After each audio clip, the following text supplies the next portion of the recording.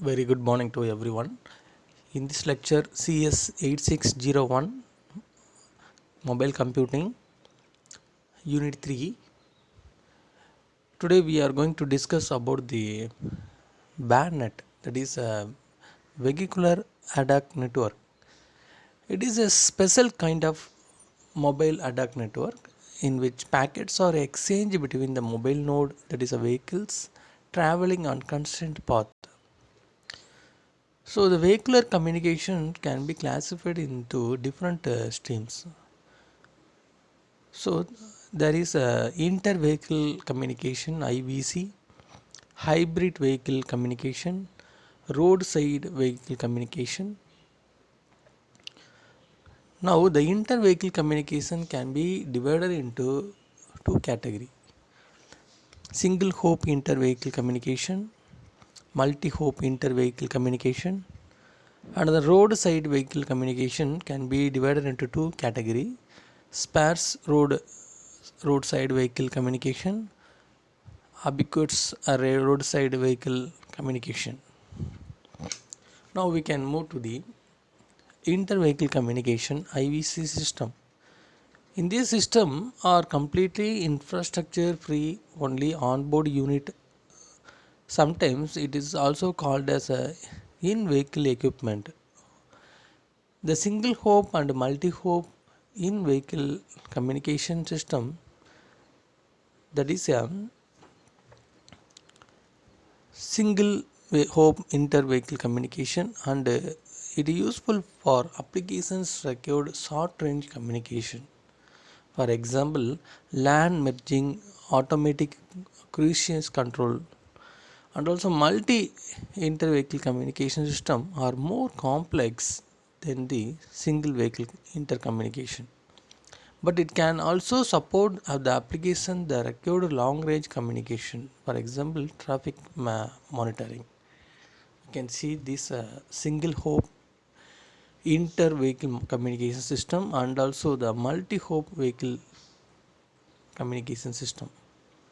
Now we can move to the roadside to vehicle communication system.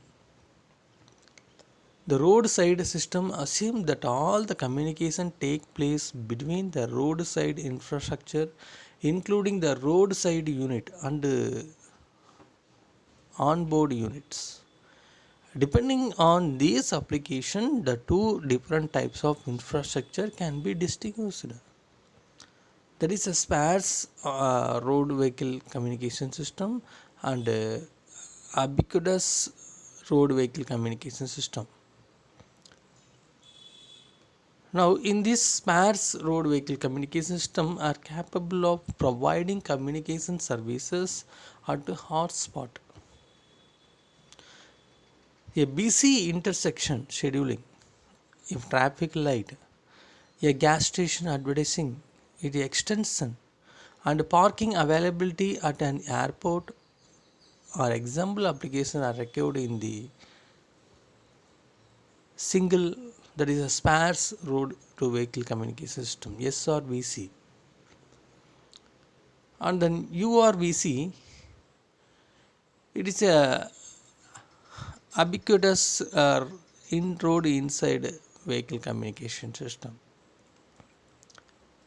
So in this system, the road vehicle communication system allows that our communication take place between the roadside infrastructure, including the roadside unit, that is RSU and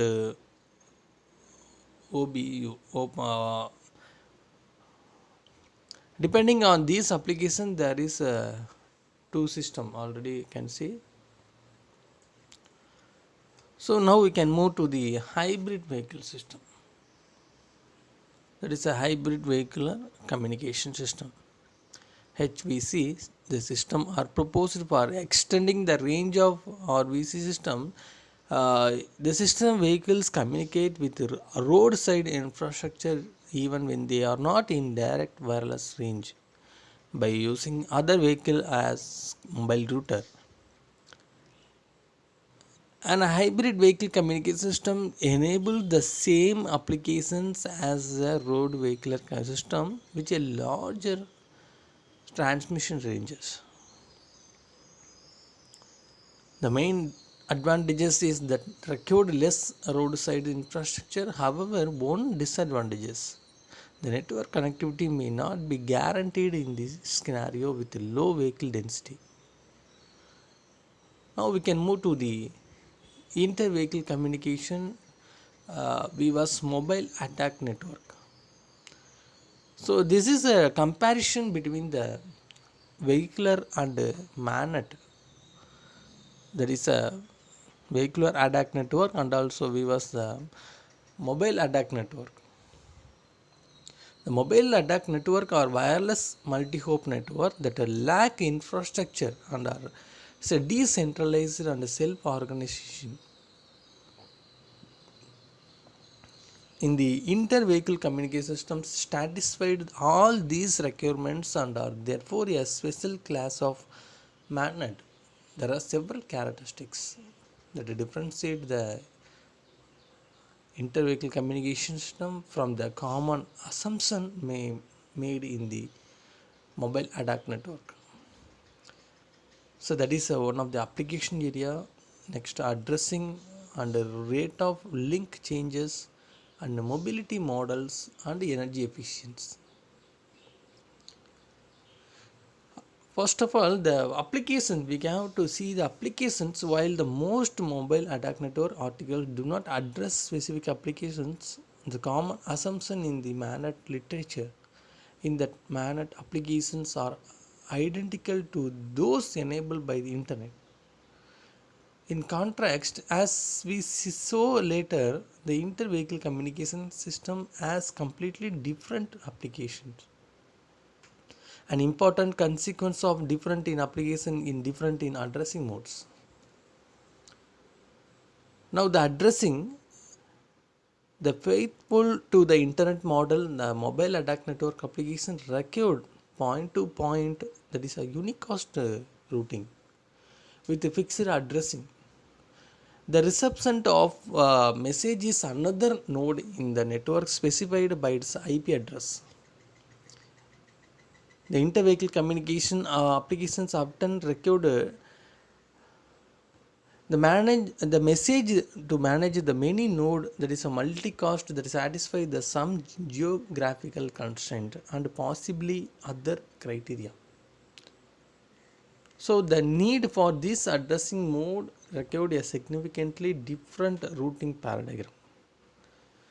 And also the third one is a rate of link changes.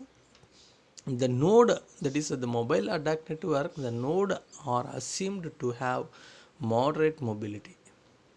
This assumption allows mobile attack network routing protocols, for example the on attack on demand routing distance vector AODV, to establish the end-to-end path that are valid for a reasonable amount of time and only the occasionally need repair. In IV, application is shown due to the high degree of mobility of the node involved. Even the multi-hop path that only use the node moving in the same direction on a highway have a lifetime comparable to time needed to discover the path. And also the mobility model, in this mobile attack network, the random waypoint, that is a RWP, is the most commonly employed mobility model. However, the IVC system, the most existing literature recognizes the RWP would be a very poor approximation of real vehicular mobility. Instead, details vehicle traffic simulator are used. Now the emergency efficiency, that is a energy efficiency, last one is while in the mobile attack network is a significant body of literature is concerned with power efficiency protocols. The inter-vehicle communication, it enjoys a practically unlimited power supplies.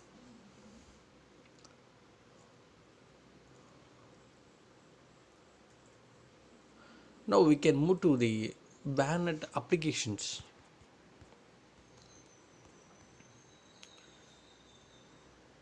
Here, there are so many applications or vehicle ADAS network system. The first application is active road safety applications to avoid the risk of car accident. For example, cooperative collision warning, pre-crash sensing, lane change, traffic violation warning. And also the second one is a traffic efficiency in management application to optimize the flow of vehicles. For example, enhance the route of guidance, navigation, traffic light, optimal scheduling, lane merging assistance. And finally, the comport on the infotainment application to provide the driver with information support and entertainment. For example, point of interest notifications, media downloading, map download and update, parking access, media streaming, voice over the internet protocol, multiplayer gaming, web browsers, and social networks. And also, the vehicular ADAS network applications exhibit very heterogeneous requirement. There is a safety applications required to reliable and low latency and efficient message disseminated. No non-safety applications have very different application communication requirement from no special real-time requirement for travels information support application to guarantee the quality of service needed to multimedia and interactive entertainment application. Now, what are the different connectivities? We can see the connectivities in the VANET. There are the three primary models for interconnecting the vehicles based on network infrastructure, inter-vehicle communication, hybrid communication. Now, how to improve the connectivity in the VANET? The use of the vehicle grid together with an infrastructure placed in the road guarantee the seamless connectivity in the dynamic vehicle scenario. The hybrid communication paradigm for vehicle networks are used to limit the intermediate connectivity. So that is a vehicle to X work in the heterogeneous scenario where overlapping the wireless network partially covered the vehicle grid. It relies on the concept of multi-hop communication path. Now, to improve the connectivity in vehicle ADAS network, there can different connectivity phases. You can see the connectivity.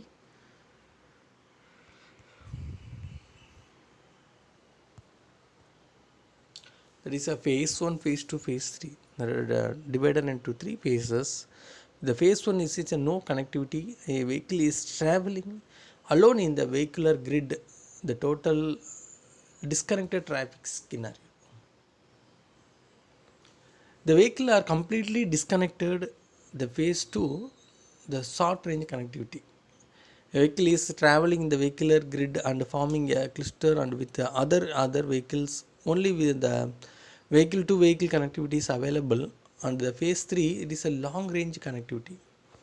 A vehicle is traveling the vehicular grid with available neighbors of roadside unit. Only the vehicle to interconnectivity system is assumed to available.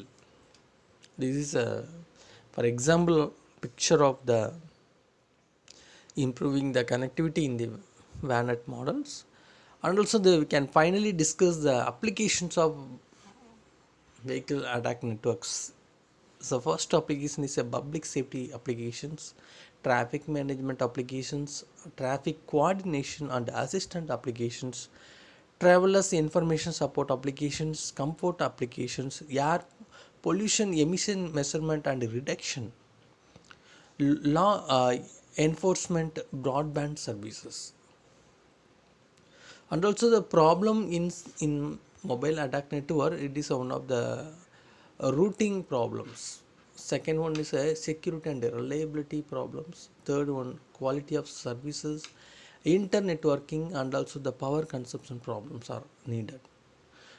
Now we can move to the security. A major issues in mobile ADAS network is security. The two approaches in protecting the mobile ADAS networks. One is a reactive approach, second one is a proactive approach. The reactive approach seeks to detect the security threats and react accordingly. The proactive approaches to attempt to prevent an attacker from launcher attack through the various cryptographic technique. Now, what are the uses? The secure multicasting, second one, secured routing technique, and privacy aware routing, and key management system, intrusion detection systems. The continuation of the issues, secure multicasting is a communication method where a single data packet can be transmitted from a sender and replicated to a set of receivers.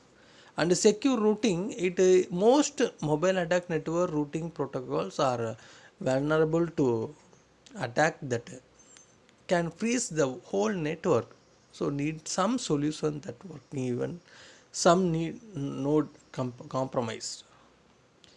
And then the privacy aware routing is a building routing protocols that prevent the intermediate nodes from performing traffic analysis. So the schemes for minimizing the size of crypto tags, there is a digital signature are needed.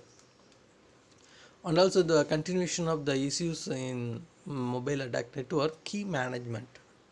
The key management is a security goals in the mobile attack network are mainly achieved through the trusted certificate authority.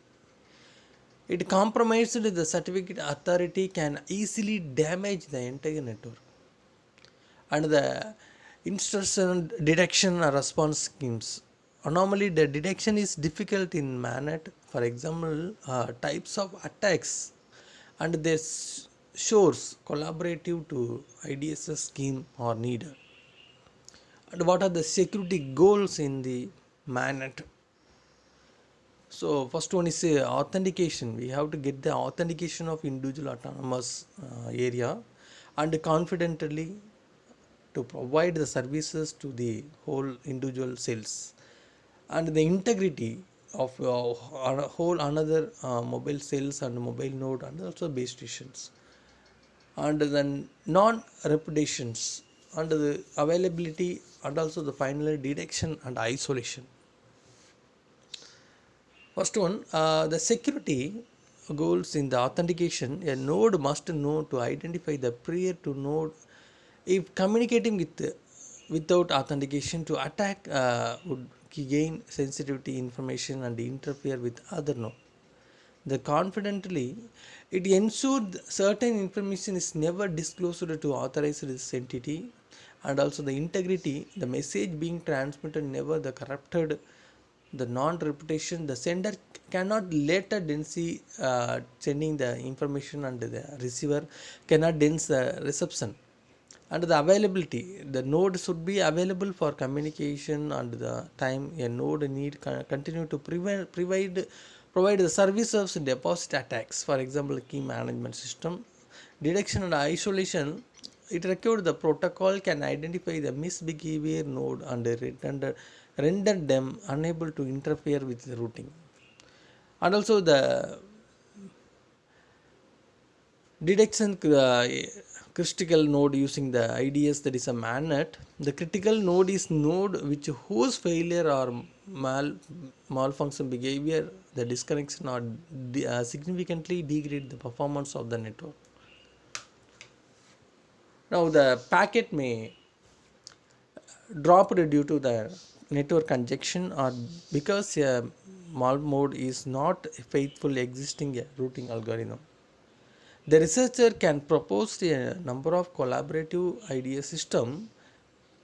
Some of the schemes are neighboring monitoring, trust building and also cluster based voting schemes which are used to detect and report the molecules activities in the attack networks. So in this session we have to discuss the complete vehicle attack network and also what are the mobile attack network and what are the comparison of mobile ADAC and vehicle ADAC systems, and also the what are the applications of both systems, and finally the security, what are the security issues to follow the mobile ADAC network and also the vehicle ADAC network. Thank you for watching this video.